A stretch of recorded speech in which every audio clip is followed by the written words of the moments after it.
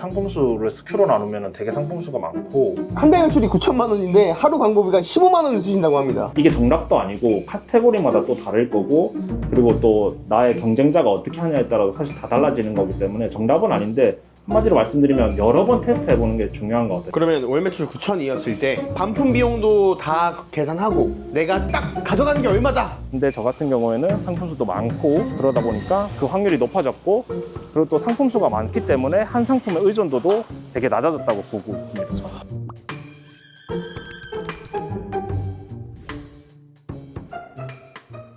네, 안녕하세요 여러분. 여기는 서울 중랑구입니다. 제가 인터뷰 오신 대표님께서는 루키크로스 판매를 통해서 월 매출 9천만 원 정도를 내고 계시는 대표님이신데, 이 대표님은 다른 분들이랑 다르게 패션 카테고리를 주력으로 다루신다고 해요. 루키크로스 하면 거의 생필품이나 생활 잡화 쪽을 많이들 하시는데, 우리 대표님은 패션 의류 쪽을 하신다고 하니까 어떤 꿀팁이 있는지 한번 알아보도록 하겠습니다. 주소가 여긴데 여기 맞아요? 지금 페인트 시공업체로 되어 있는데. 네. 안녕하십니까. 아이고. 인사 한번 해주세요. 네. 안녕하십니까. 열심히 쿠팡에서 물건 팔고 있는 30대 셀러입니다. 대표님, 근데 이거 간판이 여기 쓰시는 거 아니에요? 맞습니다. 페인트 파시는 거 아니죠, 크로스로? 제가 사실 돈이 많이 없어서 간판을 떼려면 한 40만 원 정도 든다고 하더라고요. 네. 근데 이제 그거 뗄 돈이 없어서 제가 그대로 붙이고 사용하고 있습니다. 자, 사무실 따라다라. 현관부터 바로 루키크로스 나가는 게 있네요. 맞습니다. 이건 다음 주에 나가는 물건이고, 미리 이렇게 준비해 놓고 항상 미리 쿠팡에 저는 좀 그 당일날 준비하려고 하면은, 네. 아마 하시는 분들은 알겠지만은 이게 픽업 시간이 저희들이 마음대로 정할 수 있는 게 아니어가지고, 쿠팡에서 정해주는 시간대에 맞춰서 나가려면 미리미리 포장해 두는 게 확실히 편하긴 하더라고요. 그래서 이렇게 미리미리 준비해 둡니다. 대표님, 근데 이 사무실은 지금 몇 평 정도 되는 거예요? 9평 정도 되는 작은 사무실에서 저는 일을 하고 있습니다. 그럼 여기서 물건도 받고 포장도 하고 다 하시는 거예요? 여기서 보관을 하시는 것 같은데? 네, 맞습니다. 근데 일단 물건 같은 경우에는 받기는 좀 쉬운 게, 저희들이 1층이어가지고 여기로 이제 트럭이 들어오면은 이제 물건 들여 보내는 거나 아니면은 물건을 쌓아두는 거는 되게 편한데, 그래서 하나 팁을 드리자면, 크로스를 하신다면 꼭 엘리베이터가 있거나 아니면 1층 사무실을 구하시는 게 되게 유리하실 거예요. 대신 여기 넣는 공간은 그렇게 넓지 않아서 웬만하면은 그날 들어온 물건은 한 4일 내에는 다시 쿠팡 창고로 보내자, 웬만하면 그 당일날 보내자, 이런 주의로 저는 일을 하고 있습니다. 그러면 창고를 조그만 데 얻는 대신에 회전율을 빠르게 했다? 네, 맞아요. 그럼 거의 매일매일 포장을 해요? 네, 저는 상품을 쌓아두기보다는 매일매일 이렇게 소량씩이라도 보내는 그런 식으로 업무를 보고 있어서, 또 아침에 되면 그래서 포장해 주시는 알바분들도 따로 나와주시고 계세요. 추후에 말씀드리려고 했는데, 사실 이 공간 중에서도 지금 렉이 2공간이 있는데, 네. 제가 사무실을 다른 대표님하고 같이 쓰고 있어서 사실 제가 차지하고 있는 물량은 또 요거 하나거든요. 요거밖에 안 돼요? 네, 그렇기 때문에 더더욱이나 회전율을 높이는 식으로 저는 일을 하고 있어요.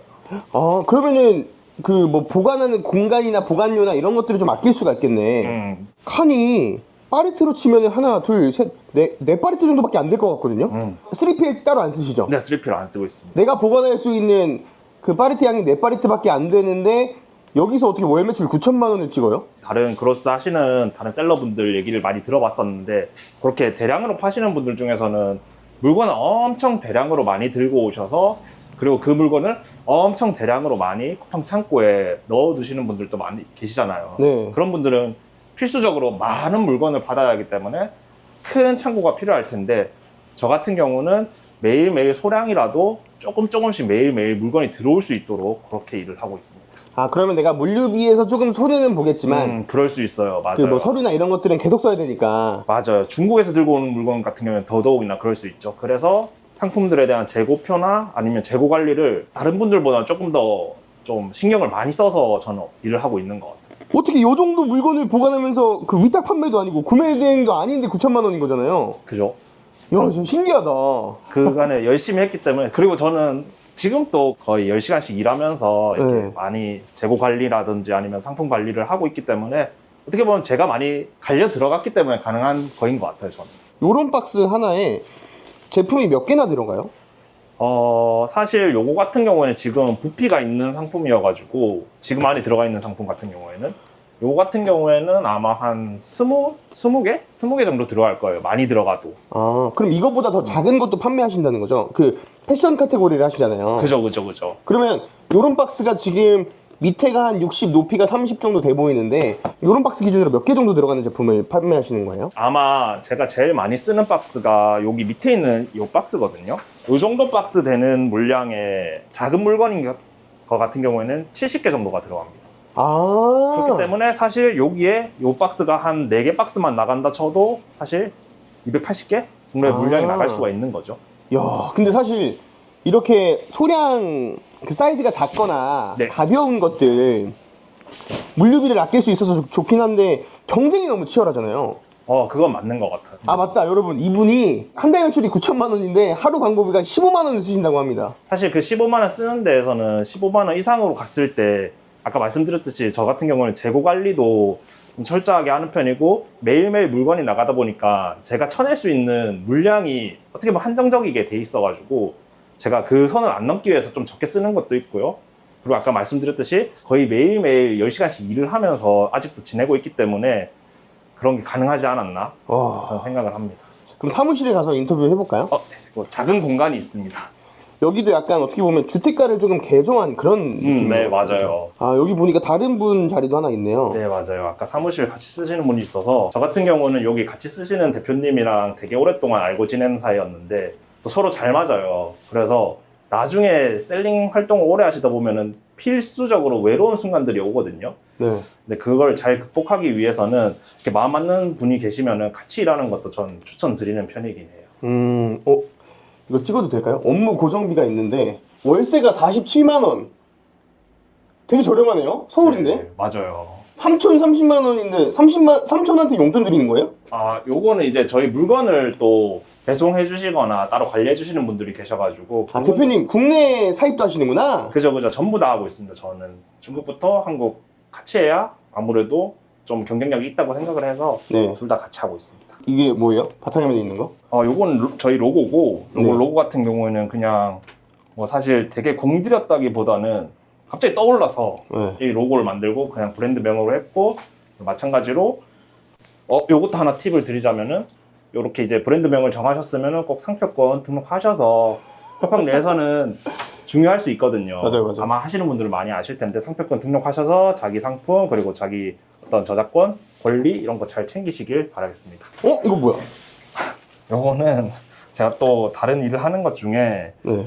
또 구매대행, 일본 구매대행 또 같이 하고 있는데 거기에 들어온 반품된 상품인데 제가 좋아하는 캐릭터여가지고 네. 가지고 있습니다, 제가. 구매대행은 옛날에 그냥 거의 옛날에 주력을 하셨던 거라고. 네, 맞아요. 지금은 아주 열심히 하고 있지 않은 것 같고 지금은 거의 그로스 공감하시는 분들 많을 거예요. 구매대행 하시다가 로켓 그로스라든지 아니면 사입으로 넘어오신 분들은 필수적으로 구매대행에 대해 조금 그 신경도가 많이 떨어져요. 왜냐하면 아시다시피 주문 처리해야 하는 시간도 많이 걸리고 그리고 꾸준히 상품도 등록해줘야 하기 때문에 그래서 저는 지금은 그렇게 예전처럼 꾸준히 하고 있지 않지만 그래도 역시나 예전에 해놨던 기간이 있기 때문에 또 이런 식으로 간간히 주문이 들어와서. 네, 맞습니다. 소량 사입 위주로 해서 회전율을 늘리는 전략이라고 하셨는데 회전율을 빠르게 하려고 했던 게 좀 자본이 좀 적게 시작해서 그런 리스크를 줄이려고 한 거예요?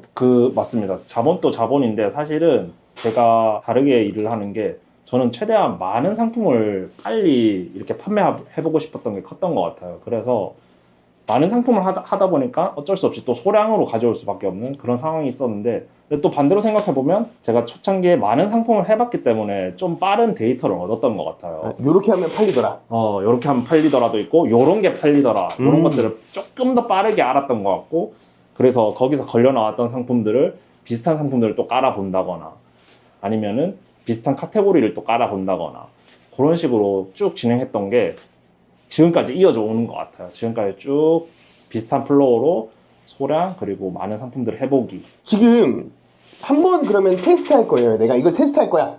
그래서 국내 사입이 아니라 중국에서 가지고 와요. 그러면 테스트 제품으로 몇 개 정도 가지고 들어오세요? 사실 중국 같은 경우에는 아시다시피 한번 들고 들어올 때 선적 비용 그리고 서류 비용 등등등이 있기 때문에 그래도 적어도 예를 들면 가방이라든지 네. 자파들 같은 경우에는 사실 크게 뭐 컬러로 나눠도 한 2컬러 정도 있고 요렇잖아요. 요런 것 같은 경우에는 한 컬러당 그래도 10장 이상씩은 들고 오는 것 같고 되게 많은 컬러가 있는 상품들이거나 그리고 아니면 되게 사이즈가 많이 나눠져 있다. 그러면 사실은 저는 그런 상품들은 최대한 피하는 편인 것 같아요. 그렇게 많이 나눠져 있는 상품은 아마 하시는 분들은 아실 거예요. 맞아, 이게 맞아. 재고 관리라는 걸 철저하게 한다고 해도 불가능하죠, 거의. 사실상 거의 그 내가 들고 왔던 모든 사이즈와 모든 컬러를 다 판매한다는 건 거의 불가능하기 때문에 그런 상품들은 먼저 이렇게 옵션 수가 적은 상품들에서 걸러낸 다음에 거기에서 또 사이즈들을 나눠보는 게 어떨까 하면서 디벨롭하는 게 조금 더 리스크를 줄일 수 있는 것 같아요. 그럼 대표님, 이 사입은 얼마 들고 하셨어요?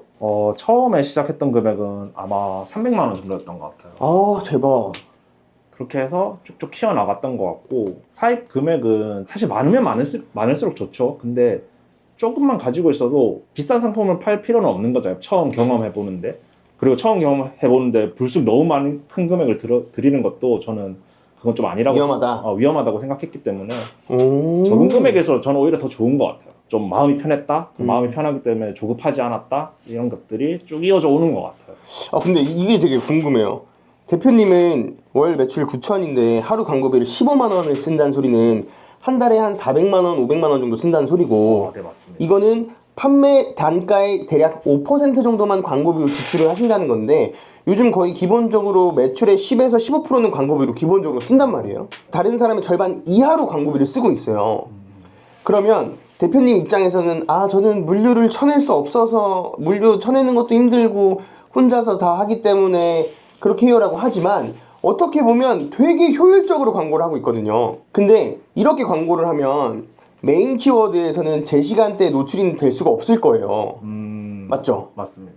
그러면 대표님은 오가닉 상위 노출로만 물건을 판다는 소린데 그런 상품들도 있고 네. 그리고 한 가지 조금 다른 점이라면은 그러면 다 알려드릴 수는 없지만 조금의 팁 그거 조금의 팁이라면은 많은 그로스 하시는 분들이 그 쿠팡 광고를 처음에 몇 주는 꽤 꾸준히 보시는 분들이 꽤 계실 거예요. 근데 그 후에는 어느 정도 세팅되고 나면은 그냥 쿠팡이 알아서 해주겠거니. 해주겠지라고 생각하는 그렇기도 하고 그렇기 때문에 좀 꾸준히 안 보시는 경향이 있으실 것 같은데 저 같은 경우는 그 아까 말씀해 주셨던 그 시간대별로 세팅을 다르게 두는 경우도 있었어요. 저는 예를 들면은 오전에만 돌아가는 광고가 있고 오후에만 돌아가게 껐다 켜는 그런 광고도 있고 이런 식으로 테스트를 되게 많이 했던 것 같아요. 그렇기 때문에 어떻게 보면 메인 시간대에만 돈이 돌아가게 해가지고 그 효율을 조금 더 높인 거죠. 구매 프라임 타임이 예를 들어서 저녁 8시인 걸 내가 알고 있으니 그 시간대만 돌아가게 광고를 켜둔다. 네, 맞아요.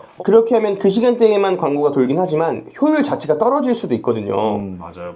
그러면 계속 테스트해서 효율 남는 것만 살려두고 하시는 거예요? 맞아요. 이게 되게 많이 해보셔야 할 것 같아요. 이게 정답도 아니고 카테고리마다 또 다를 거고 그리고 또 나의 경쟁자가 어떻게 하냐에 따라서 사실 다 달라지는 거기 때문에 정답은 아닌데 한마디로 말씀드리면 여러 번 테스트 해보는 게 중요한 것 같아요. 자기 상품에 어떤 게 맞는지 그리고 어떤 키워드들이 쓸데없는 키워드인데 걸러내야 하는 건데 아니면 내가 모르고 있는 건 뭔지 그런 것도 여기 쿠팡 내에서 확인할 수 있기 때문에 그런 것들을 주기적으로 관리해 주시고 그리고 말씀드렸듯이 여러 번 테스트를 해보는 건 저는 추천드리는 것 같아요. 추천. 근데 정답은 아니다. 그쵸. 추천드리는. 네. 근데 전 이게 정답 같아요. 사실 유튜브에 보면 쿠팡 광고 이대로만 하세요. 근데 그대로 망하잖아요. 그렇죠. 언젠간 네, 이제 그게 등록감- 그대로 절대 할 수가 없어요. 상품마다 너무 다르기 때문에 그 대표님도 상품 등록할 때마다 나만의 룰이 있겠지만 그대로 절대 광고가 운영이 되지 않죠. 네, 맞아요. 절대 내 생각대로 되는 건 하나도 없다. 사실 쿠팡 내에서는 없는 것 같아요. 쿠팡 내 다른 데는 모르겠어요. 근데 쿠팡에서 하실 거면은 조금 더 내가 조금 귀찮더라도 더 많이 쳐다보고 그리고 더 많이 테스트해보고 맞는 것 같으면 일단 해보고 아니면 과감하게 꺼보기도 해보고 뭐 예를 들면 이런 분들도 계시는 것 같더라고요. 쿠팡 광고 한 번 끄면은 그 상품이 아예 안 팔릴 것 같은 거야. 맞아, 무서운 거야. 너무 무서운 거예요. 맞아. 지금은 팔리고 있으니까. 근데 나중에 되다 보면 그 효율이 점점 떨어지는 구간이 맞아요. 오는 상품들이 있어요. 근데 그럴 때도 이 남은 재고 때문에 너무 두려워가지고 다른 광고로 안 해보고 그리고 이런 것도 있다. 광고를 했는데 팔려. 오늘 매출 100만 원 나왔어. 광고비 50만 원 썼어. 근데 일단 매출이 나니까 그게 즐거운 거예요. 맞아요. 그리고 광고비를 안 쓰면 이 매출 100만 원도 없어질 것 같은 거야. 맞아요. 그런 사람들도 되게 있더라고요. 맞아요. 저도 초창기 때 그랬고 그 마음을 너무 잘 알고 있고 그렇게 근데 한 번쯤은 여러 가지 시도를 해보시는 게 저는 더 맞다고 봐요. 왜냐하면은 그 한 달 팔고 말 것도 아니고 여기 쿠팡이라든지 아니면 온라인 사업 시작하셨으면은 사실 몇십 년 하시려고 하신 거잖아요. 사실은 내가 사업한다는 게 뭐 1, 2년 하고 끝나는 거 아닌데 그렇기 때문에 초반에 공부를 많이 해보시는 게 저는 오히려 더 장기적으로 봤을 때는 저희랑 같이 공부한 게 도움이 됐나요? 그죠. 그리고 제가 추천드리는 거는 또 처음에 길라잡이가 없으신 분들이 계세요. 저 같은 경우는 사실 직장 생활도 온라인 쪽에 관련되게 했었기 때문에 조금 더 그런 수월한 면도 있었어요. 근데 아예 길라잡이가 없는 상태에서는 반드시 저는 배워야 한다고 생각을 합니다. 아, 이런 식으로 저 같은 경우는 상품수를 스큐로 나누면 되게 상품수가 많고 상품 몇 개예요? 상품수로 따졌을 때는 도전해본 상품만 아마 200개 정도는 될 것 같아요. 야, 근데 어떻게 보면은 아까 말씀드렸듯이 저는 이게 조금 더 제 리스크를 줄이는 방법 중에 하나였던 것 같기도 해요. 많은 상품들을 소량으로 한 번씩은 다 해보는 거. 그리고 또 어떤 상품은 잘 안 팔리는 상품들은 어떻게 보면은 또 재고가 다 떨어지면은 진행을 안 하고 어떻게 보면 그런 것들을 여기 이제 엑셀 같은 걸로 저는 관리를 많이 하는데 그래서 이렇게 보시면 시트도 많이 나눠서 상품 리스트, 매출 R은 뭐예요? 아, 그러니까, 로우 데이터? 네, 그러니까 쿠팡에서 받을 수 있는 데이터를 아. 교환 리스트나 이렇게 안 들어온 상품들 그리고 키워드에 대해서도 이렇게 공부를 하고 있어가지고 아, 이 키워드는 보여드릴 수는 없지만 뭐 검색수나 시즌이 언제 오나 이런 것들도 다 위에 정리를 해두셨네요. 네 맞아요. 야, J예요? 정확합니다. 전 제이고 계획이 어느 정도 서야 행동을 하는 것 같아요. 아, 대박이다. 아, 지금 또 포장하는 시간인가 봐요. 네, 요거 상품 같은 경우에는 쿠팡 그로스 하시는 분들은 아마 공감하실 건데 쿠팡 창고에 물건 오랫동안 재고를 넣어두면은 한 2달 뒤부터는 쿠팡 창고비가 나가거든요. 저는 그런 경우에는 이 상품의 그 판매율이 좀 점점 낮아진다 싶으면은 그 상품을 다시 반출받아서 상품의 양품화를 거쳐서 다시 판매를 합니다. 그렇기 때문에 이 상품 같은 경우에는 반출받은 상품이고 그리고 지금 다시 양품화 과정을 거쳐서 다시 재출고시키려는 작업을 하려고 하고 있습니다. 아, 네.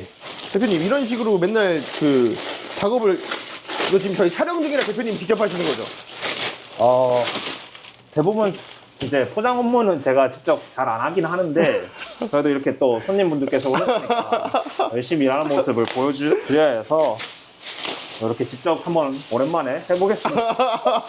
요거 팁 하나 드릴게요. 갑자기 포장이 필요하신 경우들 있잖아요. 그러면 저는 급구라는 어플을 써서 거기서 알바분들을 구하거든요. 급구 같은 경우에는 급구 어플에서 또 계약서를 따로 관리해 주셔서 1일만 알바를 채용할 수도 있고 또 그리고 그 알바분이랑 마음이 맞은 것 같으면은 그 후부터는 본인이 직접 계약서 작성하셔서 하루씩 근무하는 것도 가능하니까 저 같은 경우도 그렇게 만나서 지금까지 한 몇 개월간 같이 하고 있고요.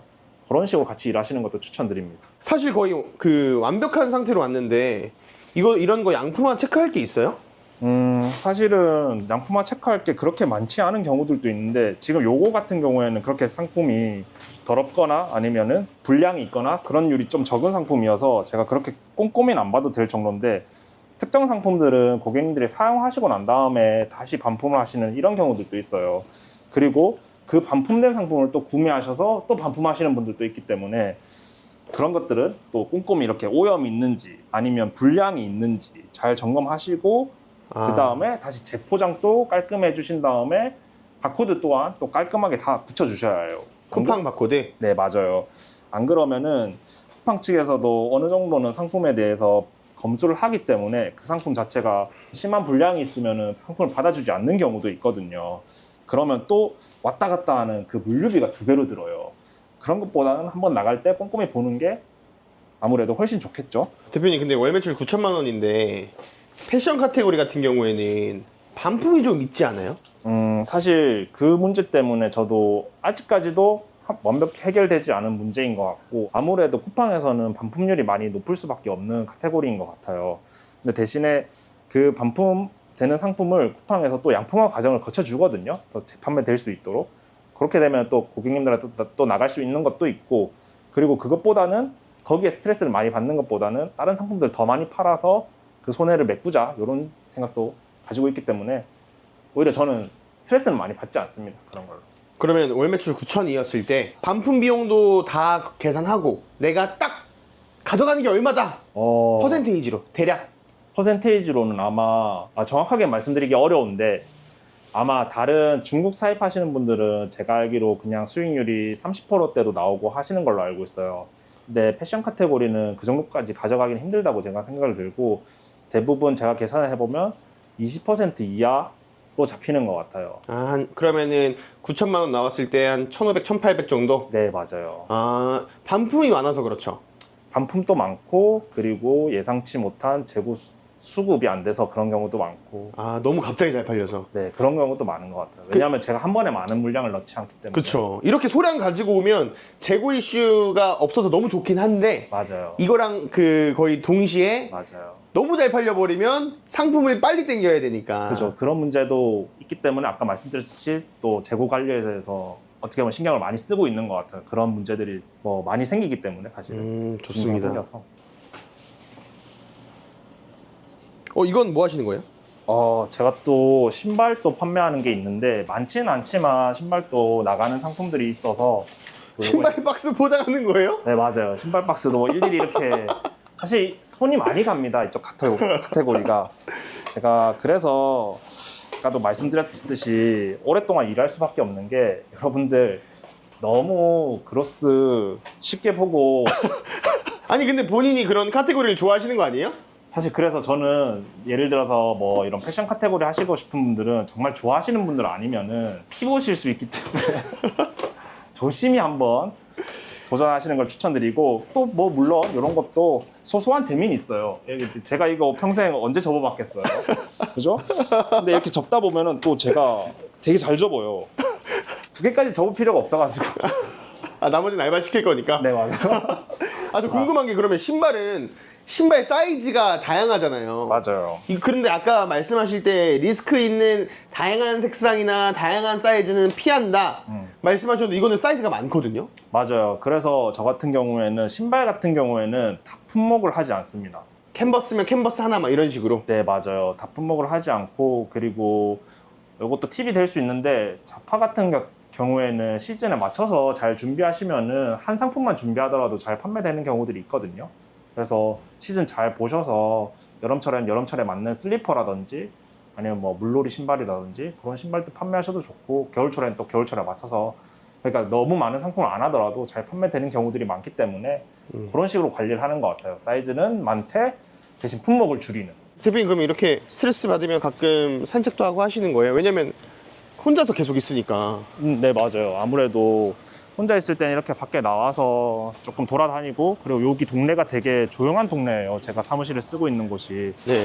그래서 혼자 이렇게 걷고 있으면은 사색에 빠질 때도 있고 그리고 오히려 더 리프레시가 돼. 더 아이디어가 생기고 어떤 순간에는 그냥 아무런 생각이 없는 그런 순간들 찾아오는 경우들이 있잖아요. 살다 보면은. 네. 사업하다 보면은 자꾸 생각 속에 빠져가지고 그 생각이 꼬리를 무는 경우들이 되게 많거든요. 특히 저 같은 경우는. 근데 이렇게 잠깐 걷다 보면은 아무 생각 없는 순간들이 너무 좋더라고요. 그래서 종종 나와서 걷습니다. 원래는 무슨 일 하셨어요? 원래는 저 같은 경우는 패션 회사를 다녔었고 거기서 온라인 MD 생활을 한 2년 정도 했었습니다. 쇼핑몰 MD를? 네, 맞아요. 그래서 카테고리가 패션이구나. 그런 것도 있는 것 같고 사실 그것보다도 더 중요한 거는 제가 하기 때문에 지금 다시 돌고 돌아 정착한 것인 것 같아요. 그런데 93년생이면 32, 3이잖아요. 근데 회사도 괜찮은 회사 다녔고 인턴도 꽤 괜찮은 회사에서 했었잖아요. 네, 그랬던 것 같아요. 근데 사업을 하게 된 계기가 있어요? 계기가 있었다고 하면 더 예전으로 돌아갈 것 같아요. 회사 다니기 전. 그냥 대학교 생활할 때부터 언젠가는 회사원으로 그냥 끝나고 싶다라는 느낌보다는 내 것도 한번 해보자라는 생각을 가지고 있었는데 퇴사를 하게 된 계기는 있어요. 그때 뭐예요? 제가 퇴사할 때가 29살이었는데 왠지 그때는 그런 생각들이 많았어요. 30살 넘으면은 다른 데 못 갈 것 같은 거야. 이제 더 이상 도전을 못 할 것 같은 그런 나이인 것 같은 거예요. 그래서 그때 29살 때 그래 나중에 죽어서 관뚜껑 닫힐 때 후회하지 말고 지금 나가서 1년 해보고 안 되면 30 되기 전에 다시 들어오자. 아, 그런 생각을 했었는데 그러고 이제 또 3년이 지나버린 거죠. 그러니까 이제 이 생활에 훨씬 익숙해져서 사업적으로 다양하게 도전해 보려고 하고 있는 것 같습니다. 처음에는 구매대행 쇼핑몰로 시작하신 거예요? 가장 처음은 중국 사입을 먼저 했었어요. 아, 정말요? 네. 무슨 사입? 그때는 되게 조그만한 굿즈들, 뭐 예를 들면 키링이라든지 그 당시 때 그게 유행했어요. 네. 유행해서 그런 작은 굿즈들을 판매하는 일을 했었는데, 근데 그것보다 조금 더 새로운 걸 하고 싶었던 찰나였는데, 또 그 당시 때 또 그 구매 대행이라는 그 카테고리가 또 되게 붐이었을 적이어가지고 또 그걸 또 도전했는데 그것도 또 조금 잘 됐어요. 네. 근데 또 이렇게 이제 판다 쌤 만나서 또 요 세상을 또 왔는데, 요 세상에서는 제가 해보고 싶은 걸 해보자, 이 생각이 강해서 이렇게 패션 카테고리를 하고 있습니다. 대표님, 그러면 여태까지 200개 정도의 상품을 테스트해 보셨다고 했는데, 그럼 지금 살아남아서 팔고 있는 상품은 어느 정도 되세요? 지금은 한 50개 정도를 판매하고 있는 것 같고, 사실 여기에 중요한 거는 그 나머지 상품들이 잘 안 돼서 판매를 안 하는 게 아니라, 어떻게 보면 이쪽 카테고리는 시즌도 많이 타요. 그래서 시즌에 맞춰서 상품을 준비하기 때문에 그 시즌이 끝난 상품들은 제가 굳이 사입을 하거나 판매를 하지 않기 때문에 판매 종료를 시켜서 지금 또 새로운 시즌을 맞이하고 있는 상품들이 한 50개에서 80개 정도 되는 것 같습니다. 아, 그러면 50개 정도 상품이 있고 한 달 매출이 9천만 원 정도 나오실 때 그 특정 잘 나가는 상품들이 있을 거란 말이에요. 어떤 사람들은 한 상품이 전체 매출의 막 80%, 90%를 끄는 이런 경우도 있어요. 이러면 너무 좋긴 하지만 그 상품의 시즌이 끝나거나 상품 수명이 끝나면 망한단 말이죠. 대표님은 그 비율이 어느 정도 되세요? 저는 정말 매출에 큰 비중을 차지해주는 상품은 아마 10%에서 20% 내외인 것 같아요. 매출의 10%, 20%? 그죠. 그 상품들이 매출의 10%나 20% 정도를 이끌어주는 것 같아요. 정말 잘 나가는 상품들이. 정말 비율이 너무 괜찮네요. 아무래도 근데 요거는 사실은 제가 느끼기에는 그냥 어떻게 보면은 운인 것 같기도 해요. 특정 상품들이 되게 터지는 상품들이 생기거든요. 하다 보면은. 근데 그 터지는 상품을 내가 엄청 기획을 잘해서 했다기보다는 어떤 상품이 그냥 얻어 걸리는 경우인 거죠. 근데 저 같은 경우에는 상품 수도 많고 그러다 보니까 그 확률이 높아졌고, 그리고 또 상품 수가 많기 때문에 한 상품의 의존도도 되게 낮아졌다고 보고 있습니다, 저는. 패션 카테고리 같은 거 하시면 상세 페이지 이미지나 썸네일 같은 것들은 그냥 중국이나 아니면 국내 그 판매처에서 제공하는 걸 그대로 쓰세요? 사실 방법이 다양하게 있는데 저 같은 경우에는 직접 촬영을 하는 비중이 좀 높긴 해요. 왜냐하면은 그렇게 했을 때 조금 더 내 상품에 대한 퀄리티도 많이 올라가고, 그리고 또 누군가 위너 매칭이라든지 쿠팡에서 할 수 있는 어떤 위험성이 낮아지기 때문에 저는 지금은 모델분을 계약해서 촬영을 하거나, 또 아니면 크몬 같은 이런 프리랜서 사이트를 이용해서 업체에 컨택해서 작업을 맡기는 경우가 많습니다. 근데 모델 쓰면 모델료를 어느 정도 주세요? 지금 제가 만난 모델분은 되게 어떻게 보면 되게 저랑 잘 맞아서 큰 비용은 들이지 않고 있고, 근데 요거는 알겠습니다. 서로의 그런 거에 있으니까. 요거는 노코멘트로 하고, 그렇지만 아주 큰 비용을 쓰고는 있지 않다라고 말씀드리고 싶어요. 모델들은 옷만 입혀주는 대로 입는데 그분은 또 그렇게도 안 하고 여러 가지 일을 도와주고 계세요. 또. 포토샵까지 하신다면서요? 네, 맞아요. 보정도 해주시고 그러고 있기 때문에 저한테 너무 감사하고, 네. 정말 어떻게 보면 이 일을 하는 데 있어서 어떻게 보면 정말 좋은 인연을 만난 거죠, 저로서. 이런 게 되게 중요한 것 같아요. 사업에서 좋은 분들 만나는 거.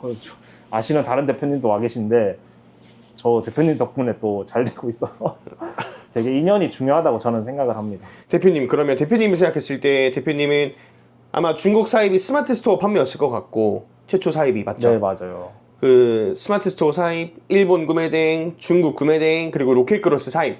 그나마 이 사업이 할만하다. 전부 다 어렵긴 해요.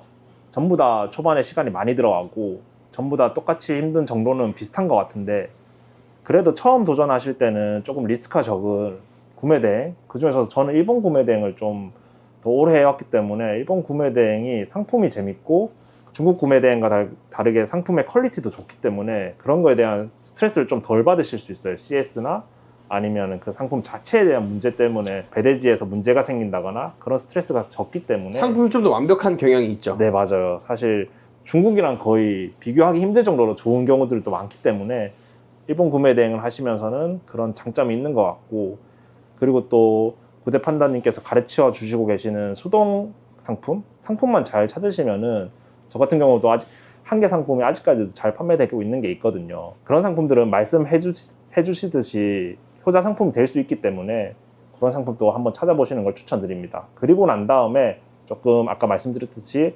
시간적으로나 자금적으로나 조금 여유가 생겼을 때 이렇게 사입도 한번 도전해 보시는 걸 추천드립니다. 그러면 대표님이 로켓크로스를 이제 막 시작하려고 하시는 분들한테 하고 싶으신 말이 있다고 하셨잖아요.